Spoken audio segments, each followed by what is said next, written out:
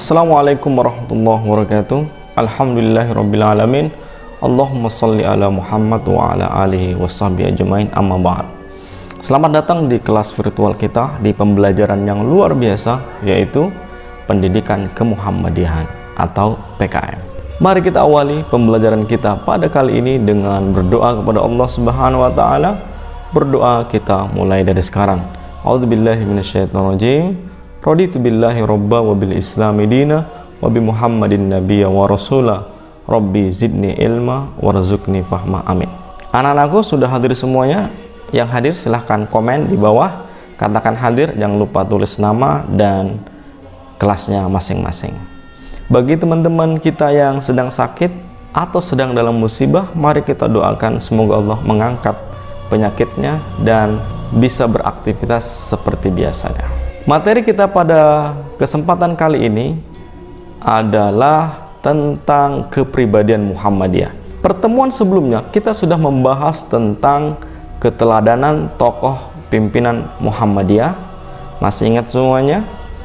Kalau lupa, silahkan klik di atas dan bisa dipelajari kembali. Siap? Anak-anakku semuanya, pelajar Muhammadiyah, di bab yang kedua kita akan mempelajari tentang kepribadian Muhammadiyah. Diharapkan setelah pembelajaran ini, peserta didik mampu meraih 4 kompetensi.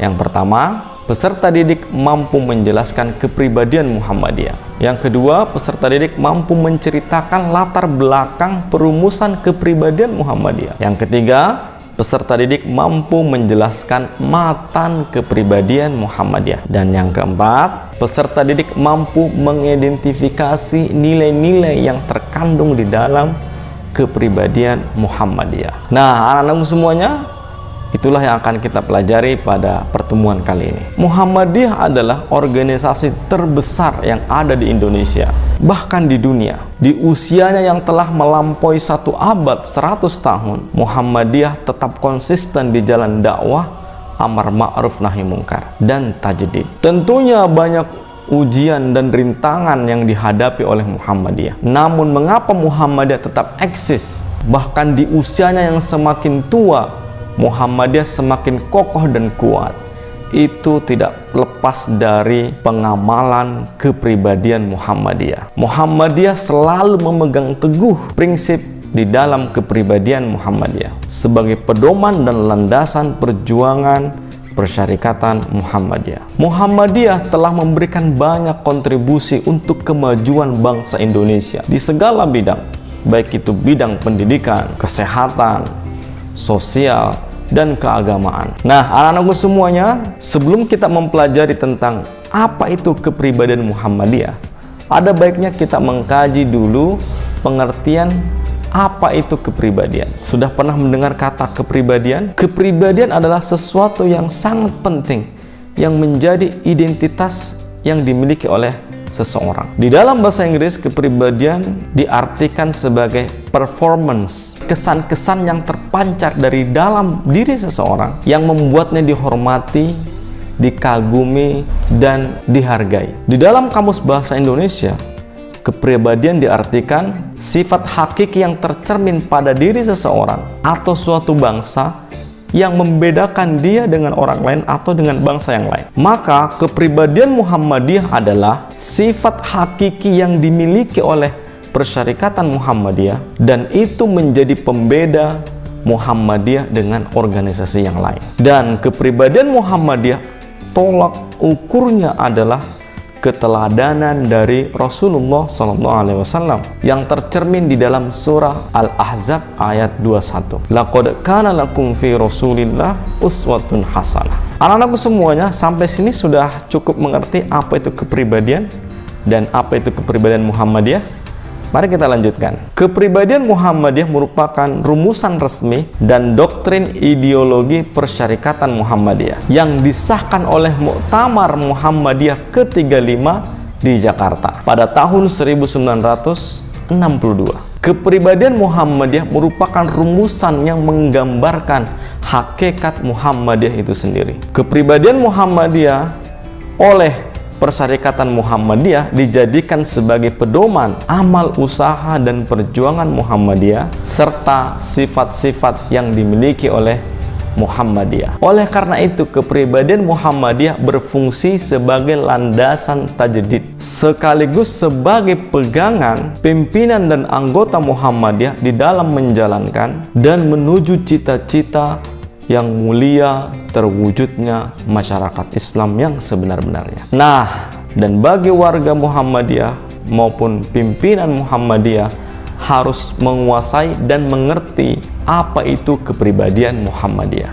Nah, anak-anakku semuanya, selanjutnya kita akan bercerita sedikit tentang latar belakang perumusan kepribadian Muhammadiyah. Lahirnya kepribadian Muhammadiyah didasari oleh situasi politik tanah air yang tidak menentu kala itu. Diawali dengan dekret presiden pada tanggal 5 Juli 1959. Isi pokok dari dekret presiden adalah kembali ke Undang-Undang Dasar 1945 dan Indonesia memasuki era demokrasi terpimpin. Namun kelicikan PKI, Partai Komunis Indonesia, terjadi pergeseran dan penyimpangan dari Undang-Undang Dasar 45 seperti Presiden seumur hidup dan Pancasila menjadi Ekasila atau Trisila yang intinya adalah gotong royong. Dan puncak penyimpangan adalah terpusatnya keseluruhan kekuasaan di tangan Presiden. Majelis Syuro Muslimin Indonesia atau MASUMI menentang konsep tersebut. Melihat hal ini, PKI kemudian membujuk Presiden Soekarno untuk membubarkan MASUMI karena dianggap partai yang menentang pemerintah. Maka keluarlah Kepres nomor 20 pada tahun 1960. Melihat gelagat yang tidak baik, sebelum Kepres lahir, MASUMI kemudian membubarkan dirinya. Maka MASUMI tidak bisa dikatakan sebagai partai terlarang karena dia telah membubarkan dirinya sebelum Kepres itu lahir. Yang menjadi permasalahan kemudian adalah banyaknya tokoh-tokoh Muhammadiyah yang bergabung di MASUMI, sehingga orang kemudian susah membedakan mana MASUMI, mana Muhammadiyah. Pengurus MASUMI pada saat itu seperti Kiai Haji Fakih Usman, Ki Bagus Hadikusumo, Profesor Hamka, Profesor Kahar Muzakir, Mr. Kasman Singodimejo, HM Yunus Anis, dan AR Fahrudin. Karena tidak bisa membedakan mana Muhammadiyah, mana MASUMI, maka PKI kemudian mulai menyerang Muhammadiyah bahwa MASUMI adalah Muhammadiyah, Muhammadiyah adalah MASUMI, yang konsekuensinya adalah Muhammadiyah juga harus dibubarkan. Permasalahan yang kedua, banyaknya anggota Muhammadiyah yang menjadi pengurus MASUMI membawa pada rasa kepemimpinan. Budaya kepartaian mulai memasuki Persyarikatan Muhammadiyah.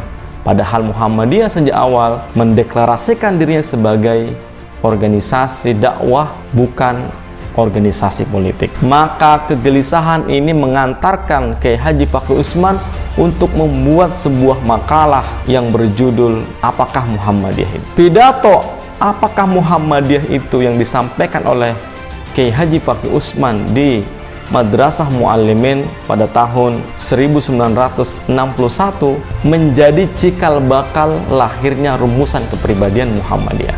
Inti ceramah Fakih Usman adalah penegasan identitas dan hakikat Muhammadiyah. Uraian ceramah beliau kemudian menggugah beberapa tokoh Muhammadiyah. Akhirnya kemudian didiskusikan di tingkat pimpinan pusat Muhammadiyah dengan pimpinan wilayah Jawa Timur pada saat itu, agar ceramah Fakih Usman diseriusi dan dibuatkan draftnya. Ada beberapa tahapan perumusan kepribadian Muhammadiyah. Yang pertama, membentuk tim perumus yang terdiri dari Profesor Kiai Haji Farid Ma'ruf, Kiai Haji Moh Wardan Diponingrat, Jarnawi Hadikusumo, Profesor Hamka, Jindar Tamimi, Kasman Singodimejo, Fakih Usman, dan M. Saleh Ibrahim. Tim perumus kemudian mengadakan penyempurnaan naskah dan membahas di dalam sidang tanwir yang ke-35. Setelah dikaji dan menampung banyak masukan-masukan untuk penyempurnaan rumusan kepribadian Muhammadiyah ini, akhirnya pada Muktamar Muhammadiyah yang ke-35 di Jakarta pada tahun 1962 disahkanlah rumusan kepribadian Muhammadiyah. Nah, anak-anakku semuanya pelajar Muhammadiyah, itu tadi latar belakang perumusan kepribadian Muhammadiyah. Selanjutnya kita akan mengkaji matan kepribadian Muhammadiyah. Rumusan kepribadian Muhammadiyah terdiri dari 4 pokok bahasan, yaitu hakikat Muhammadiyah, dasar amal usaha Muhammadiyah, pedoman amal usaha dan perjuangan Muhammadiyah, dan yang keempat, sifat-sifat Muhammadiyah. Mari kita bahas satu-satu secara mendetail. Yang pertama, apakah Muhammadiyah? Muhammadiyah adalah persyarikatan atau organisasi yang merupakan gerakan Islam. Dari definisi ini melahirkan 2 pokok pembahasan. Yang pertama, organisasi atau persyarikatan, yang kedua adalah gerakan Islam. Yang pertama, Muhammadiyah sebagai organisasi atau persyarikatan. Hal ini menjadikan Muhammadiyah sebagai organisasi yang berfungsi sebagai alat perjuangan untuk menegakkan agama Islam. Muhammadiyah bukan mazhab atau sekte tersendiri di dalam agama Islam. Yang kedua, Muhammadiyah sebagai gerakan. Telah diketahui bersama bahwa lahirnya Muhammadiyah diilhami dan disemangati oleh ajaran Al-Quran dan Sunnah Rasulullah SAW. Maka seluruh gerakan Muhammadiyah hanya bermotifkan Islam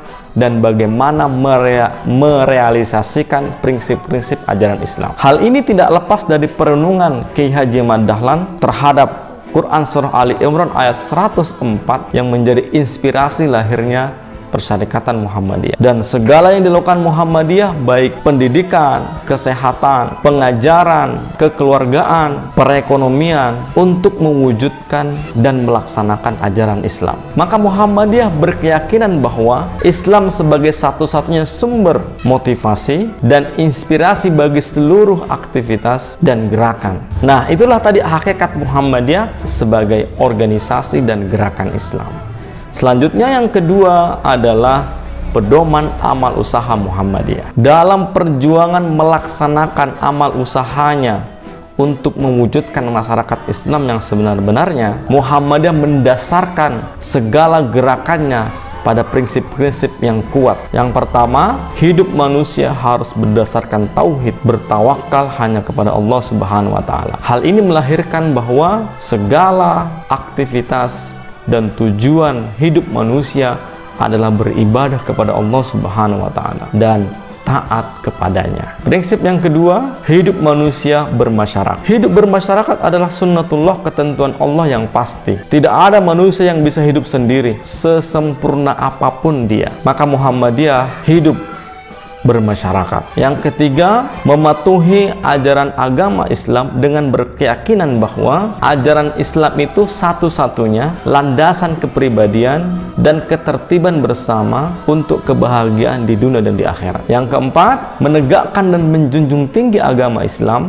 di dalam masyarakat adalah kewajiban sebagai ibadah kepada Allah dan ihsan kepada sesama manusia. Prinsip yang kelima adalah iktiba atau mengikuti langkah dan perjuangan Rasulullah adalah kewajiban bagi setiap muslim. Warga Muhammadiyah wajib mencontoh keteguhan Rasulullah dan kesabaran Rasulullah di dalam perjuangan ini. Prinsip yang keenam, melancarkan amal usaha dan perjuangan dengan ketertiban organisasi. Muhammadiyah adalah organisasi yang terstruktur, yang tertata dengan rapi sebagai media untuk berjuang dalam rangka amar ma'ruf nahi munkar. Nah, itulah tadi dasar amal usaha Muhammadiyah.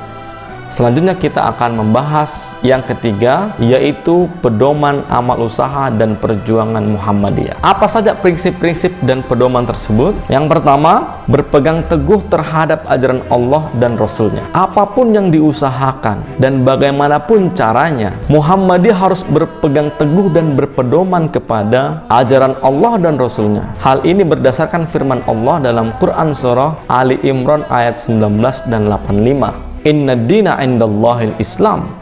Sesungguhnya agama yang benar di sisi Allah adalah Islam. Dan firman Allah, wa may yabtaghi ghairal islam madina fala yuqbal. Maka barang siapa yang mencari agama selain agama Islam, maka nanti tidak akan diterima. Yang kedua, bergerak membangun di segala bidang kehidupan. Jadi Muhammadiyah bergerak di semua aspek kehidupan. Muhammadiyah telah mendirikan banyak amal usaha, baik di bidang pendidikan, ekonomi, sosial, kesehatan, dan keagamaan. Yang ketiga, menggunakan cara dan menempuh jalan yang diridhoi Allah Subhanahu wa Ta'ala. Perjuangan menegakkan Islam di segala aspek kehidupan adalah perjuangan untuk mencari ridho Allah Subhanahu wa Ta'ala, bukan yang lainnya. Maka cara yang digunakan untuk itu harus mengikuti tuntunan Allah di dalam Al-Quran dan di dalam sunnah Rasulullah SAW. Nah, itulah tadi pedoman amal usaha dan perjuangan Muhammadiyah. Tiba kita kepada rumusan yang keempat, yaitu sifat-sifat Muhammadiyah. Tadi kita telah mempelajari hakikat Muhammadiyah, dasar amal usaha Muhammadiyah, kemudian pedoman amal usaha dan perjuangan Muhammadiyah. Yang terakhir adalah sifat-sifat Muhammadiyah. Ada berapa sifat Muhammadiyah? Yang pertama, beramal serta berjuang untuk perdamaian dan kesejahteraan. Oleh karena itu, Muhammadiyah tidak boleh memaksakan kehendak kepada orang lain, dan juga tidak boleh mencela dan mendengki golongan yang lain. Sebaliknya, Muhammadiyah juga tidak boleh emosional, harus tabah menghadapi celaan dari orang lain, meskipun harus tetap profesional tanpa mengabaikan hak untuk membela dirinya. Sifat yang kedua, memperbanyak kawan dan mengamalkan ukhuwah Islamiyah. Muhammadiyah harus menghindarkan diri dari sifat eksklusif, tertutup, serta egois. Ceramah dan dakwah Muhammadiyah harus menggunakan gaya yang sejuk, menggembirakan, penuh senyum, kedamaian, bukan dakwah yang mengancam dan menjelek-jelekkan. Sifat yang ketiga, lapang dada, luas pandangan, dan memegang teguh ajaran Islam. Apalagi kita hidup di masyarakat Indonesia yang sangat majemuk. Sifat yang keempat adalah bersifat keagamaan dan kemasyarakatan. Sejak lahir, Muhammadiyah telah mengemban misi keagamaan, sementara masyarakat adalah lahan bagi aktivitas perjuangan Muhammadiyah. Maka Muhammadiyah tidak bisa dipisahkan antara agama dan masyarakat, karena Muhammadiyah adalah gerakan keagamaan sekaligus gerakan sosial. Sifat yang kelima adalah mengindahkan segala hukum, undang-undang, peraturan, serta dasar dan falsafat negara yang sah. Yang keenam, amar ma'ruf dan nahi mungkar di segala lapangan dan menjadi contoh teladan yang baik. Inilah kewajiban bagi seorang muslim, mencegah keburukan dan mendatangkan kebaikan. Yang ketujuh, aktif dalam perkembangan masyarakat dengan maksud islah dan pembangunan sesuai dengan ajaran Islam. Jadi Muhammadiyah tidak hanya ikut arus, tetapi mengambil peran untuk pembangunan dan perdamaian sesuai dengan ajaran Islam. Yang kedelapan, membantu pemerintah dan bekerja sama dengan golongan yang lain dalam memelihara dan membangun negara ini untuk tercapainya masyarakat Islam adil dan makmur yang diridhoi Allah Subhanahu wa Ta'ala. Nah, sifat yang ke-9 adalah bersifat adil dan korektif ke dalam dan keluar. Korektif ke dalam dan keluar harus dilakukan dengan bijaksana. Jadi bukan sifat Muhammadiyah bersikukuh membela sesuatu yang memang salah. Nah, anak-anakku semuanya, itulah tadi 9 sifat dari Muhammadiyah. Nah, kita sudah mempelajari matan kepribadian Muhammadiyah, yaitu 4 dengan perincian dan penjelasannya. Bagi yang belum memahami secara mendalam, bisa diputar kembali, kemudian dengarkan ulang. Selanjutnya kita akan sedikit mengungkap nilai-nilai apa yang terkandung di dalam kepribadian Muhammadiyah. Sebagai pelajar Muhammadiyah, kader Muhammadiyah, maka harus memahami nilai-nilai yang terkandung di dalam kepribadian Muhammadiyah untuk diamalkan di kehidupan sehari-hari. Nah, apa saja nilai-nilai yang bisa kita amalkan yang terkandung dalam kepribadian Muhammadiyah? Yang pertama, berdakwah amar ma'ruf nahi mungkar. Masih ingat dakwah amar ma'ruf nahi mungkar? Seperti yang Allah firmankan dalam Quran surah Ali Imran ayat 104. Wal takum minkum ummatu yad'una ilal khair wa ya'muruna bil ma'ruf wa yanhauna 'anil munkar. Maka pelajar Muhammadiyah harus terlibat aktif di dalam dakwah amar ma'ruf nahi mungkar. Minimal menjadi contoh teladan bagi kehidupan masyarakat di sekitarnya. Yang kedua, menjadi teladan yang baik. Muhammadiyah menghimbau kepada seluruh warga Muhammadiyah untuk berperilaku yang baik, sehingga kemudian menjadi contoh teladan bagi orang-orang di sekitarnya. Yang ketiga, bekerja sama dengan sesama. Indonesia ini adalah milik kita bersama, maka Muhammadiyah harus bekerja sama dengan kelompok-kelompok yang lain. Begitu pula kerjasama dengan non-muslim di dalam urusan dunia yang tidak bertentangan dengan ajaran Islam. Islam mewajibkan kita bekerja sama di dalam ketaatan dan mencela bekerja sama di dalam kemaksiatan dan kemungkaran sekecil apapun itu. Yang keempat, adil terhadap sesama. Keadilan harus ditegakkan, tidak pandang bulu, tidak tajam ke bawah, tumpul ke atas, tapi keadilan untuk kita semuanya. Sebagaimana firman Allah dalam surah An-Nahl ayat 90. Yang kelima, menjadi pribadi yang senantiasa taat dengan hukum. Jadi warga Muhammadiyah harus taat dengan aturan hukum yang berlaku di Indonesia. Mulai dari hal-hal yang kecil seperti ketertiban di jalan, menggunakan helm, taat rambu-rambu lalu lintas, dan sebagainya. Yang keenam, menumbuhkan sikap toleransi terhadap sesama manusia. Yang ketujuh, menghindarkan diri dari praktek kekerasan. Muhammadiyah selalu mengajak untuk mengedepankan musyawarah dalam menyelesaikan masalah dan menghindari dari kekerasan. Yang kedelapan, menyantuni anak yatim dan orang-orang miskin serta yang tidak mampu. Nah, itulah tadi pembelajaran kita tentang kepribadian Muhammadiyah. Untuk lebih memperdalam materi ini, mari kita mengerjakan beberapa soal. Nanti dituliskan di dalam lembar kertas. Jangan lupa identitasnya. Nomor pertama adalah jelaskan kepribadian Muhammadiyah. Nomor dua, ceritakan latar belakang perumusan kepribadian Muhammadiyah. Nomor tiga, sebutkan matan kepribadian Muhammadiyah. Yang keempat, identifikasi nilai-nilai yang terkandung di dalam kepribadian Muhammadiyah. Dan yang kelima, berikan 3 contoh mengamalkan sifat-sifat Muhammadiyah. Nah, anak-anakku semuanya, itulah tadi tugasnya. Nanti silahkan diserahkan ke gurunya masing-masing. Semoga bermanfaat bagi kita semuanya. Marilah kita terus belajar tentang kemuhammadiyahan ini. Sampai ketemu di pertemuan selanjutnya. Kita akhiri dengan membaca hamdalah, alhamdulillahirabbil alamin. Nasrun minallah wa fathun qarib. Assalamualaikum warahmatullahi wabarakatuh.